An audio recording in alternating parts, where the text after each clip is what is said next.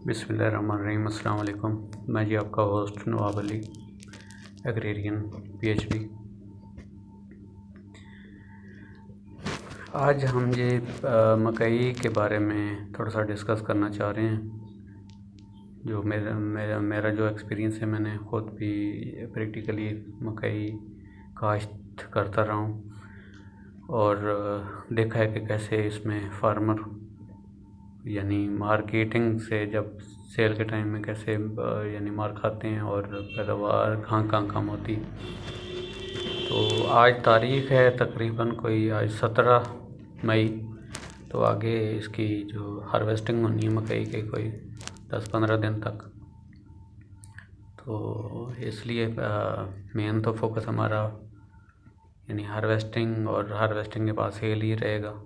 लेकिन थोड़ा सा हम शुरू में देख लेते हैं।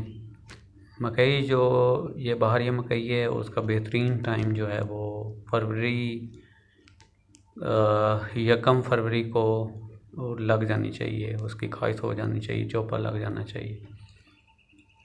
तो ये बेहतरीन टाइम समझा जाता है।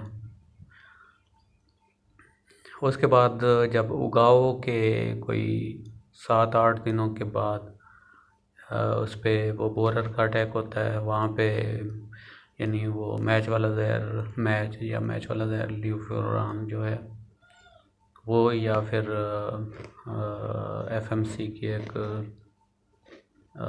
दवाई है, नाम तो कोराजन, यस, उसका स्प्रे होना चाहिए। उसका अच्छा रिज़ल्ट है।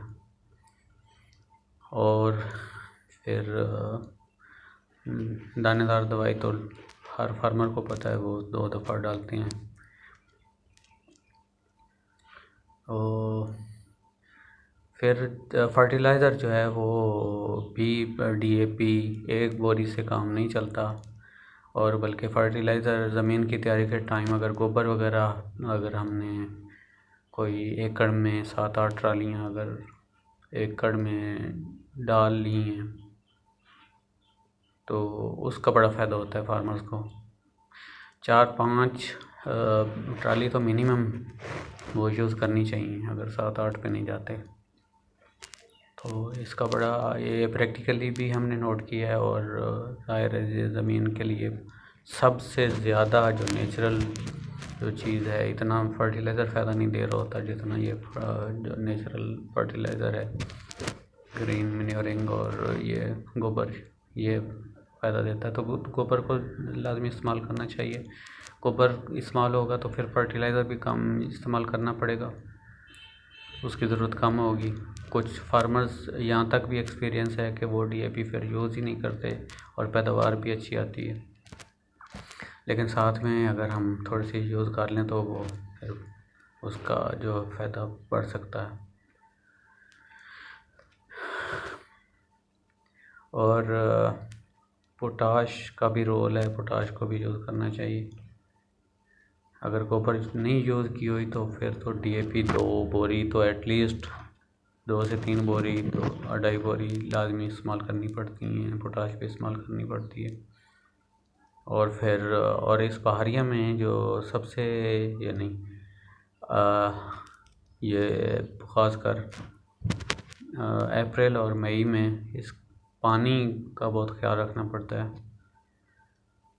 तो क्योंकि ये वो या तो रेस्ड बेड पे होगी या छोटी खेली पे होगी, तो इसके लिए पानी जो है उसको बड़ा फोकस करना पड़ता है।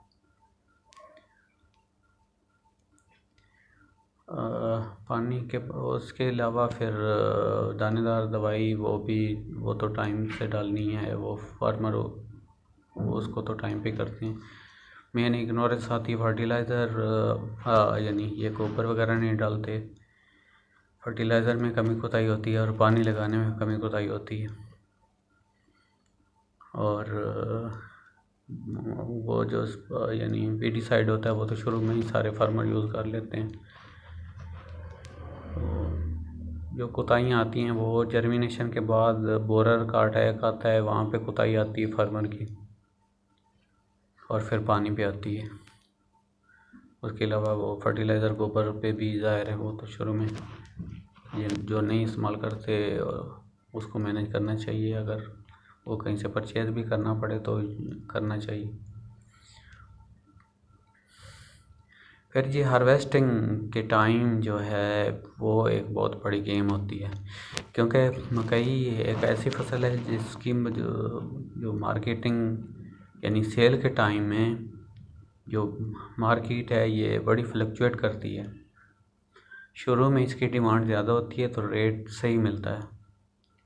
शुरू मीन्स के जब ये मई का जो लास्ट वीक है उसमें या फिर जून के पहले वीक तक इसका रेट सही होता है, क्योंकि ये गवर्नमेंट की कोई फ़िक्स प्राइस नहीं है गंदम की तरह।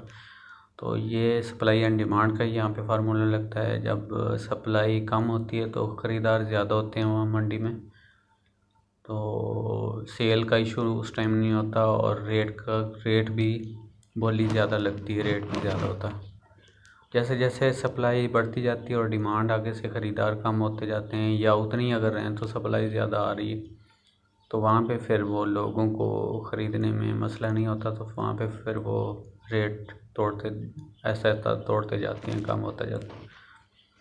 और जब सप्लाई बहुत ज़्यादा मंडी में आ जाए तो फिर दूसरी साइड में सैचुरेशन भी हो चुकी होती है, ख़रीदार कम हो चुके होते हैं, उन्होंने अपने स्टॉक कर लिए होते हैं मोस्टली लोगों ने, तो वहाँ पे रेट बहुत डाउन हो जाता है। मैंने इस चीज़ का खुद एक्सपीरियंस किया जी। ये आज से कोई यानी पिछला साल भी एक्सपीरियंस हुआ ये, और उससे पीछे भी हमने उस हार्वेस्टिंग उसको बिल्कुल ड्राई करके करवाई जून की 7-8 तारीख को, बल्कि उससे भी शायद थोड़ा सा लेट। वो करते कराते उसको सुखाते और शलर करवाते हमें लेट होते गया। और फिर मार्केट का ऐसा ये सीन बना कि शुरू में उसका रेट 1400 भी था, फिर 1200 पे आई, फिर 1100 यानी डाउन होती गई। और जब हमारी बारी आई तो मार्केट वहाँ पे सप्लाई ज़्यादा थी, आगे डिमांड कम थी, तो हमें रेट 850-900 लग रहा था। तो ये एक गेम होती है मकई में। और जो हमारे छोटे फार्मर हैं, क्योंकि 80% फार्मर हमारे छोटे ही हैं, 1 एकड़ से कम वाले, तो उनके लिए आज का ये मैसेज है कि बराए मेहरबानी इस चीज़ को मद्देनज़र रखें, क्योंकि अगर आप कम रेट पे सेल करते हैं तो आप अपना जो प्रॉफिट है एक्चुअली वो लूज़ कर रहे होते हैं। 800-900 पे अगर सेल करेंगे तो आपको प्रॉफिट नहीं होगा, आप बराबर में रहेंगे। तो प्रॉफिट वही है जो आपने जितना ज़्यादा रेट ले लिया, जितने ज़्यादा रेट पे आपने मकई को सेल कर दिया। तो इस चीज़ को मद्देनज़र अब इस चीज़ से बचने का या यहाँ पे बेनिफिट लेने कैसे ले सकते हैं। एक तो हमारी सोइंग जो है वो जो फरवरी की 1 को हर सूरत में हुई होनी चाहिए। अगर इस दफ़ा कमी कोताही आई है तो नेक्स्ट टाइम ये माइंड में रख लें कि 1 फरवरी से लेट नहीं करना, उसको आपने मैनेज करना है कि कैसे करना। लेट करेंगे तो फिर उसका और फार्मूला फिर आपको बाद में मकई रखनी पड़ती है। लेकिन आप दूसरी साइड पे हमारे पास इतनी इन्वेस्टमेंट नहीं होती, रिसोर्स नहीं होते, तो हम रख नहीं पाते। छोटे फार्मर्स, बड़े फार्मर तो उनको मसला नहीं होता, वो तो रखते हैं और उनको सेल का भी इशू नहीं होता, वो उनको रेट मिल ही जाते हैं वो।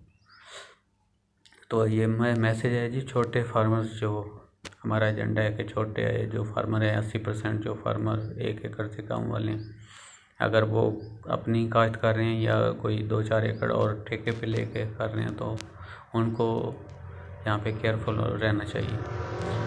जब 1 फरवरी को काश्त टाइम पे हमने की होगी तो हम ये मई के लास्ट वीक में ये या फिर जून के बिल्कुल ही स्टार्ट में, बेहतर तो है कि मई के लास्ट वीक में उसका टाइम तकरीबन 4 महीने भी पूरा हो चुका होता है और वो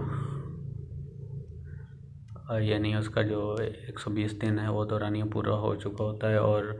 और एक और गेम करने के लास्ट तक आपने उसको हल्का हल्का पानी लाजमी लगाना है, उससे ग्रीन रहेगी और उसको टाइम ज़्यादा मिलेगा। ये भी एक बड़ी गेम। कुछ फार्मर आखिरी 1-2 पानी में नहीं लगाते तो वो जल्दी सूख जाती है, तो उसको ग्रीन रखना है ताकि वो ज़्यादा से ज़्यादा खुराक, उन दिनों में गर्मी बहुत ज़्यादा होती है और जो डे लेंथ है यानी दिन बड़े होते हैं और पत्तों में ज़्यादा से ज़्यादा खुराक बन रही होती है, और जब पानी लगाएंगे तो वही खुराक वो दाने की तरफ वो जाती। और एक इसके अलावा एक जो बेनिफिट होगा वो ये होगा कि आप वहाँ पे उसकी कटाई जो है वो फ्री में कट करवा सकते हैं। फ्री में मीन्स के लोग जो लोग जानवर रखते हैं वो आके आपको फ्री में वो छल्ली तोड़ के देते हैं और सारा प्रोसेस करके ऊपर से पर्दे भी वो निकाल देते हैं, और फिर वो अपने जानवरों के लिए जो बाकी मकई के टांडे हैं वो लेके जाते हैं। तो आप फ्री में 6-7 हज़ार जो वो आपका बच जाता है पर एकड़, जो आपने हार्वेस्टिंग पे लगाना है। यानी बाद में अगर आपने वो सुखा के जो लोग करते हैं तो वो एक तो पर एकड़ 6-7 हज़ार भी पे करते हैं, फिर मार्केट के इशू आते हैं वहाँ पे। तो अगर आपने एंड में 2 पानी जो हैं वो लगा दिए और मई के आखिर में हार्वेस्टिंग करवा दी लोगों से फ्री में, और उधर से आपने धूप में रखें और जल्दी से शेलर करवा के मार्केट का जो अच्छा रेट है वो भी अगर ले लें, तो यही आपका मार्जिन है और आप एकड़ से 50,000 तक भी बचा सकते हैं मकई में। इवन कि इससे ज़्यादा भी अगर आपने गोबर वगैरह डाला हुआ है और फर्टिलाइज़र सही टाइम पे दिया है और ठीक दिया है मिकदार उसकी, और जो शुरू में बोरर के अटैक से बचने के लिए आपने उगाव के 1 हफ्ते में ही स्प्रे किया हुआ है। और बाद में तो दानेदार तो हर कोई डालता है, लेकिन जो मेजर मिसिंग पॉइंट्स हैं, और सबसे एक बहुत जो पौधों की तादाद हम लोग पूरी नहीं कर पाते। हाइब्रिड वैरायटीज़ जो हैं वो 6 इंच के पौधे से पौधे का फासला 6 इंच होना चाहिए, जबकि अगर आप लेबर का जो लगाया हुआ चोपा वो देखें तो वो कहीं भी साइडों पे तो शायद आपको मिले 6-7 इंच, 6 इंच तो फिर भी नहीं मिलेगा, 7 इंच 8 इंच, लेकिन अंदर जाके देखें तो वो 8 इंच 10 इंच 1 फुट पे वो कहीं कहीं पौधे वहाँ पे होते हैं। तो इस चीज़ का पौधों की तादाद आपने शुरू में वो कंट्रोल करवानी होती है, और यहीं पे गेम होती है, क्योंकि खेली होती हैं बड़ी। तो ये पौधों की तादाद जब पूरी नहीं होगी तो आप अच्छी पैदावार नहीं ले सकते। जब आपका पौधों की तादाद पूरी है और गोबर डाला हुआ है, फर्टिलाइज़र ठीक है, पहला स्प्रे बोरर से बचने के लिए वो किया हुआ है, बाकी तो रूटीन में वो तो चलती रहती हैं, यानी वीडिसाइड भी करते हैं, दानेदार भी डालते हैं, पानी का ख्याल भी यानी अगर आपने सही रखा हुआ है और टाइम पे सोइंग की हुई है और हार्वेस्टिंग आपने ये मई के एंड में करवा ली है, और पानी भी एंड में 2 पानी वो आपने नहीं रोके यानी मई के एंड तक, तो आप 140-45 मन तो लोगों यहाँ पे रिकॉर्डेड है पाकिस्तान में भी। इवन के मोनसेंटो के सीड जो हैं वो तो 300 प्लस भी यानी कुछ मुल्कों में उसकी पैदावार आई है, लेकिन पाकिस्तान में भी अच्छी पैदावार आप ले सकते हैं। इवन के इसको शायद क्रॉस भी किया जा सकता है अगर ये पौधों की तादाद, हमारी तो किसी फार्मर की पौधों की तादाद हम पूरी नहीं कर पाते। तो ये जनाब आप हार्वेस्टिंग का टाइम जहन में रखें, सोइंग का टाइम जहन में रखें, ये चीज़ें।